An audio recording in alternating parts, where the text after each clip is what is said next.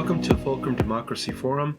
I'm Ugo Balta, Executive Editor with the Fulcrum, a daily cross-partisan news publication that engages citizens in evolving governments to better meet the needs of all people. To that end, we strive to share many perspectives to widen our readers' viewpoints. For this episode, I'm joined by Maxine, Program Manager with Common Ground USA, where she applies proven methods from international peace building to shore up social cohesion in the United States. We know each other through Common Ground Journalism, an initiative where students explore strategies and challenges to reporting on-campus conflicts, where I am an instructor. Welcome to the program, Maxine. Hi, Hugo. Thank you so much for having me. Let's start the conversation by learning more about Common Ground USA. Tell us about the organization's mission and work. Yeah, so thank you again for having me. Common Ground USA is the U.S. initiative of Search for Common Ground. So Search for Common Ground is the world's largest dedicated peace-building organization. We're in all the places where you think a peace-building organization should be. We're in Sudan, we're in Israel-Palestine, we're in Myanmar. And when we initially started in 1982, the vision was to work 50% internationally, 50% domestically in the US. And over time, that swung really hard into international because of need and resources. And in 2021, we decided to really reinvest and make our most significant investment to date in working on the United States. And I'll just say a little bit about what I mean by peace building, since it's not a phrase most Americans are going to be familiar with. So when we think about peace, we think about 5 vital signs of peace. And Search convened a group of our peer organizations who also work on peace building to think about, what do we really mean? How do we know when a society is trending toward or away from peace? So we look at 5 vital signs. So the first of those is safety, the absence of violence. Pretty obvious. The second is polarization. How much do I not only disagree with my neighbor, but distrust my neighbor because of that disagreement or that difference? The third is trust in institutions. How much do I trust that the institutions that serve me, and that includes government institutions, but it also includes media, school systems, businesses, faith institutions. How do I trust that they have my best interests at heart? Sense of agency. How much do I believe that I have the power to create change about things that I care about, or that my community has power to create change on things we care about? And finally, resources. How much are people lining up time and attention and financial support behind proactive action to support those other 4 vital signs? So that's a brief overview of what we do around the world and in the United States that manifests in a whole host of different ways. And I know we'll be talking more about that. So I'll just pause as the top line about who we are, Common Ground USA. Thank you. And I really appreciate you unwrapping that in those 5 different points. One of the points that you mentioned was media, and currently, at least in this country, just the distrust that comes when we hear media and news outlets. I mentioned the Common Ground Journalism Project, where lessons focus on helping students reflect on the on-campus complexity that undermines an us versus them narrative. Tell us about the program and how this fits in to those 5 points. Yeah, so media really affects all 5. It affects how we see each other, what we believe is possible. It affects the perception gap. So this is a concept that our peer organization called More in Common has done some fantastic research on. How much is my perceived belief about the other side, whatever difference I'm thinking about, how much is that true or differ from the reality about what they believe, about who they are? And media really has a massive impact on that perception gap. Media also affects what we believe about what is possible and how much control we have over our fates, how much agency we have. Media also affects how much trust we have in institutions, how much access we have to transparency and what's going on behind closed doors, and seeing whether or not those institutions do have our best interests at heart. So it affects a whole host of different aspects of peace as we think about it, which is why Search for Common Ground around the world really invests quite heavily in media, both fact-based media and fictional media and reality TV and a host of other really fun programs. So why we're focusing on college student journalists right now. So it will come as no surprise to many people listening that the US higher education system is in a really fraught moment. They're navigating a lot of uncertainty about policy changes, some quite profound during the next administration, and many are still reeling from a series of really intense protests and counter protests and harms that are still going on many campuses, particularly around violence in the Middle East and how that played out here in the US.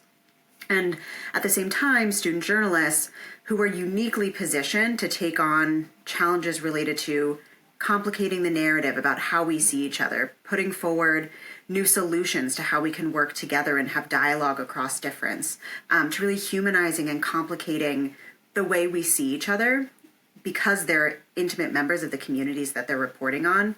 Those student journalists are also being overshadowed by national media sharing broad culture war narratives and us versus them, as you mentioned. They're also being overshadowed by a sense of real or perceived control over what they can or can't cover.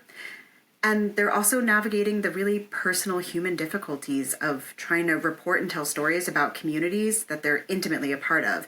If my friend is on one side of a protest and another friend is on another, how do I navigate that just as a human being? So we're working and really grateful for your partnership to be working towards supporting those students to stand in the gap and to hold true to their values and tell human stories that respect everyone's innate human dignity, move us forward towards solutions to tackle our shared problems in the way that media is really well equipped to do, to put people in conversation with each other, even when different parties are unwilling or unable to actually be in conversation. And we at the Fulcrum are very grateful for the collaboration and really to lend our platform to highlight, to raise, to amplify the voices of those students should they produce those stories, because their perspectives are often absent from mainstream media when it comes to topics that are integral to their lived experiences and their experiences as academically as students.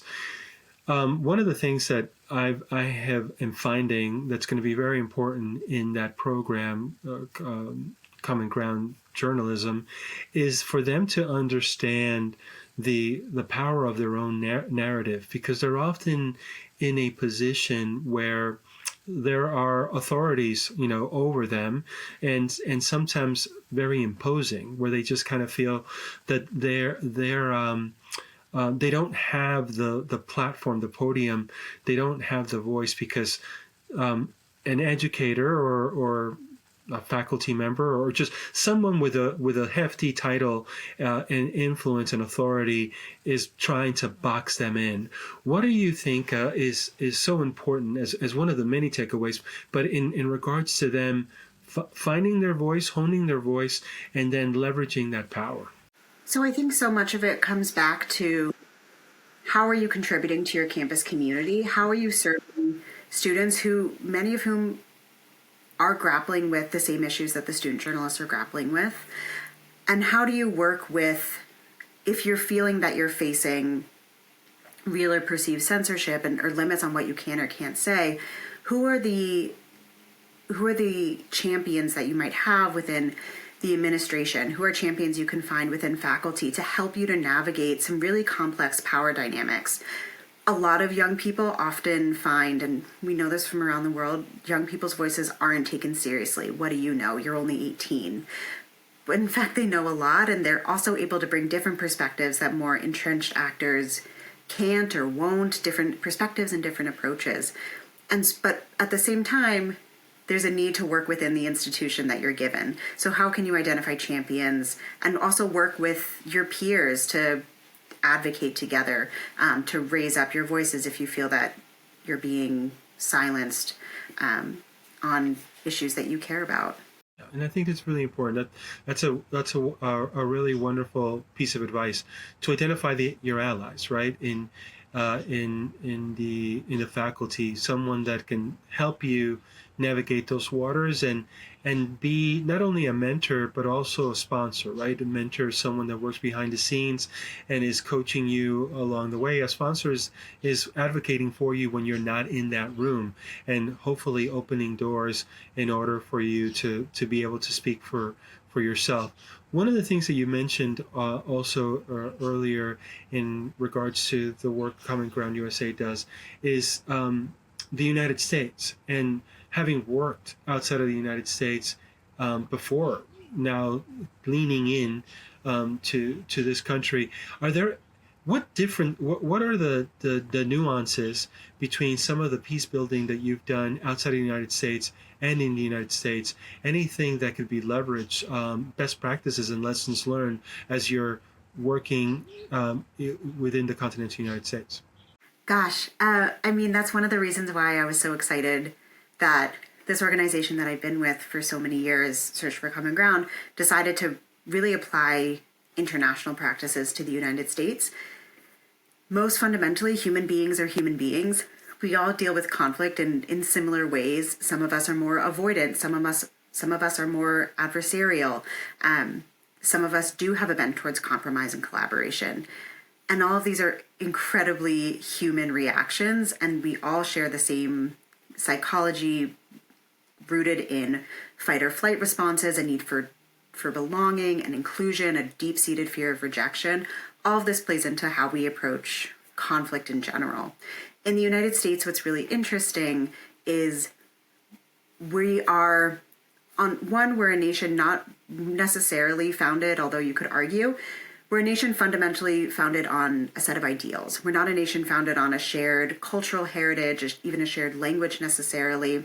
And I think there's something really beautiful in that. There's also something a little fragile in that because it is so tied to a shared set of values. And how do we articulate a shared identity in the absence of familial ties that you might have in a country like Morocco, where I used to work?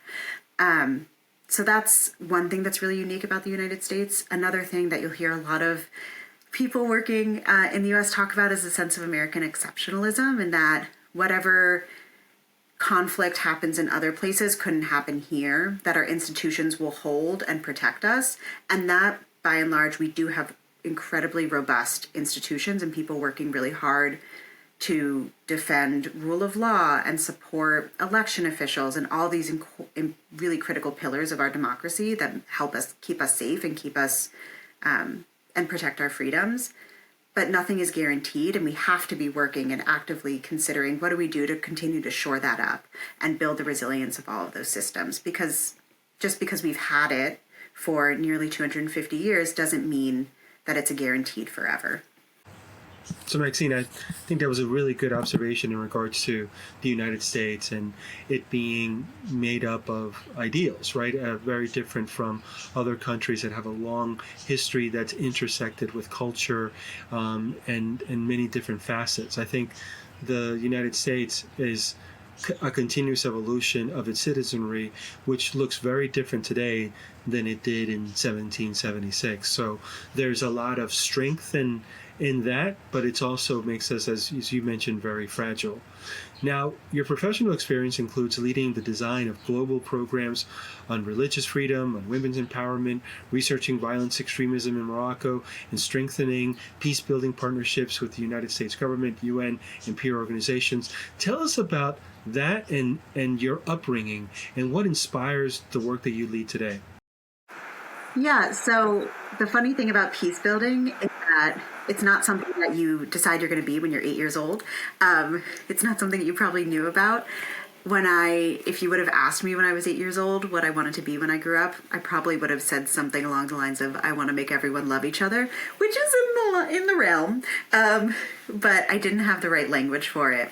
But what has been a guiding light for me throughout my life is really my family history. I'm a Jewish American. I'm the descendant of refugees. And like many Jewish Americans, we know very intimately what happens when peace doesn't hold. We know as a minority community that has been scapegoated for centuries, for generations, for over thousands of years, that these norms and protections are fundamental to our safety and to the safety of all people who have the potential to be victimized. And so holding on to that and advancing justice and advancing belonging and peace has always been a cornerstone of who I wanted to be and what I wanted to do. I just didn't have the language for it. I've also always been a lover of language and religion in general. I think it's so fascinating the way that humans seek out language to relate to one another, faith and religious practice to relate to something totally beyond ourselves, beyond our comprehension. And this all sort of led me to end up actually becoming an Arabic major, studying abroad in Morocco, which was a totally different context than what I'd ever experienced, and then deciding to go back and pursue first an internship with Search for Common Ground, where I was, jack of all trades, English speaker extraordinaire. I would write reports for donors. I would help with research reports, a lot of writing, a lot of coordination in the office.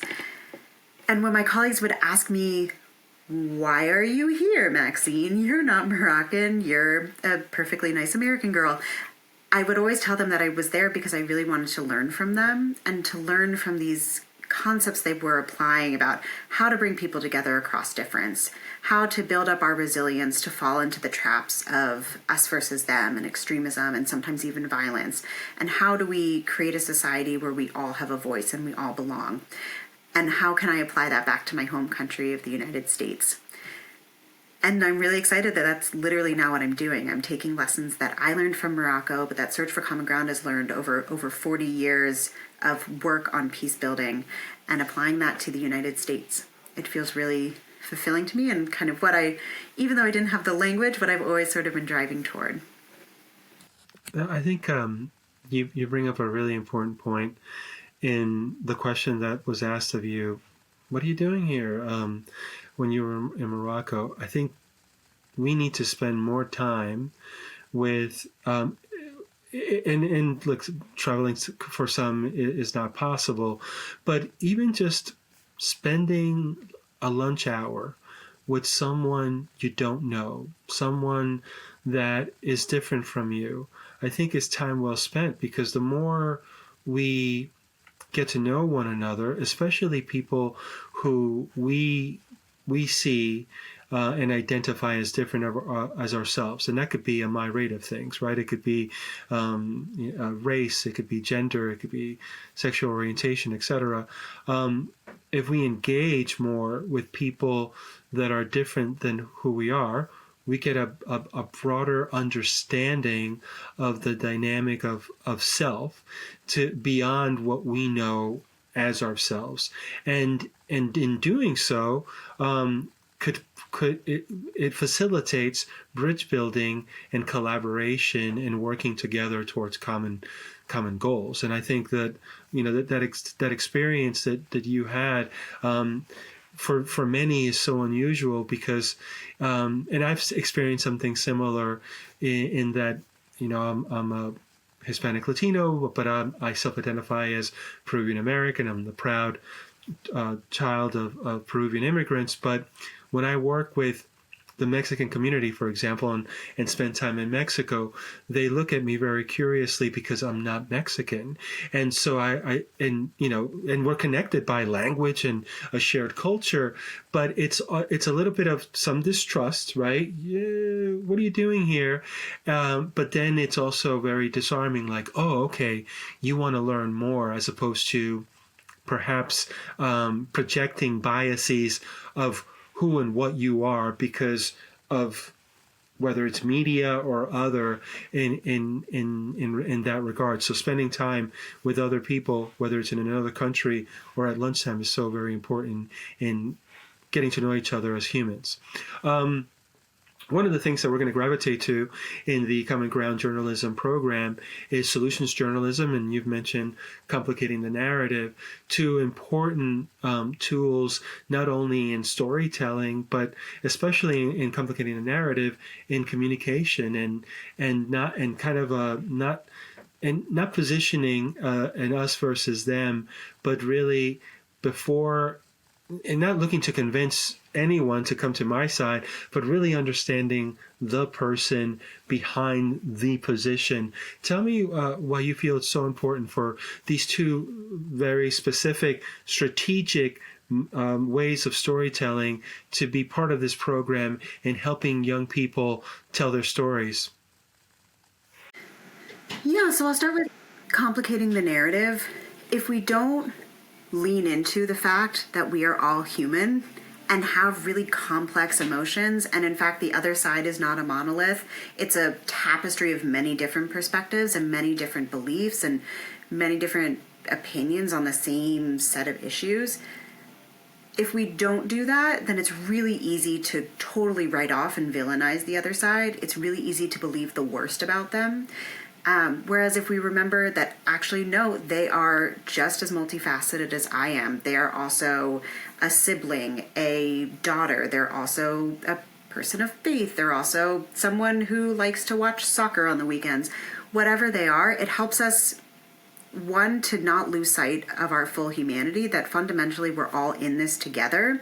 But two, by expanding and thinking about what are the plurality of identities and perspectives within whatever I'm thinking about as the outgroup, it identifies more opportunities for collaboration. So, okay, we might disagree on X issue, but now I'm seeing that we actually have more common ground on Y issue than I thought. Or maybe we disagree on this one fundamental piece, but how can we come to an agreement about these other pieces? So the better able you spoke a lot about understanding and listening, the better able the more willing we are to lean into the other person's humanity, the more we're able to see opportunities for solution, and the more willing they are to reciprocate and see my own multifaceted, complicated identity.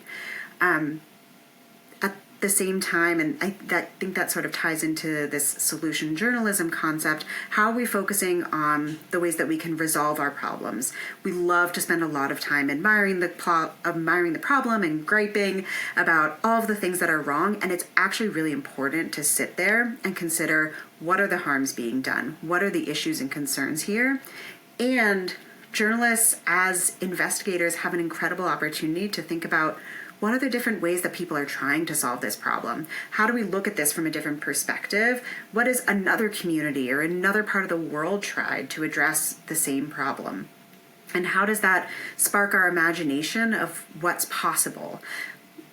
We only know what we know, and how can we think about creative solutions to our shared problems? Because fundamentally, we are in this together. We have to acknowledge that we're neighbors, that we're fellow Americans, that we're fellow people on this planet. We have shared interests. We need each other to solve those problems. I also think it is personally makes your life richer and more meaningful. But at the base level, we need each other. We're interdependent. And how can we think creatively about how to work together? Agreed 100%. I think that we need to get beyond the labels. Democrat, Republican, and just two of the many labels that we sometimes attach to one another and to other people, in order to have real conversations about where our ideals and intersect. Right? I think everybody is trying to get to the same destination. We just have a different roadmap and how to reach it. So chipping away at those labels are so important. And I agree. I think solutions journalism also does a good job of unifying and helping us understand we're not alone. You know, a lot of times we're facing a challenge and it's right in front of us, and we feel like we're the only ones that are, whether it's an individual or a community, we're facing this problem. But when we step back and stand up and look around, whether it's across your state, your country, the planet, you see that there are other people that are facing the same challenges, and there's a lot to learn from their responses to those challenges in helping us cope with our own. I think media plays a role in helping advance that type of storytelling and rhetoric. And spends too much time in identifying problems, and there's a place for that, but not enough time in discussing what the solutions to those problems are. Maxine Rich, Program Manager with Common Ground USA, thank you so much for your time and for your insights. Thank you so much for having me. And I think if I can add just one more piece, these are really big, kind of intimidating conversations and topics. And I just want to reiterate that there are actions that anyone can take. One, we've spent a lot of time talking about the media. Take the perception gap quiz that More in Common offers to understand how much do I actually understand the other side versus what they really believe. Burst your own news bubble. Consider news that covers different perspectives. I think the Fulcrum does a great job of that. And then if I can be totally shameless, consider hosting a Love Anyway feast, which is Common Ground USA's initiative to bring people together across difference, to literally break bread. Not every engagement across difference has to be a totally cerebral dialogue and debate about these massive issues that we face. We can also just have fun together. And in doing so, again, it helps to humanize each other and lay that groundwork to then be able to have those difficult conversations with more courage and vulnerability. So please check out cg-usa.org for more information about Love Anyway feasts, if that's something that sounds interesting to you. What was it that you said that when you were a little girl you aspired to be? Make everyone love each other. I think you're well on your way to doing that. It's a little embarrassing, but thank you. Thanks again for your time. Thank you so much, Hugo. I really appreciate it.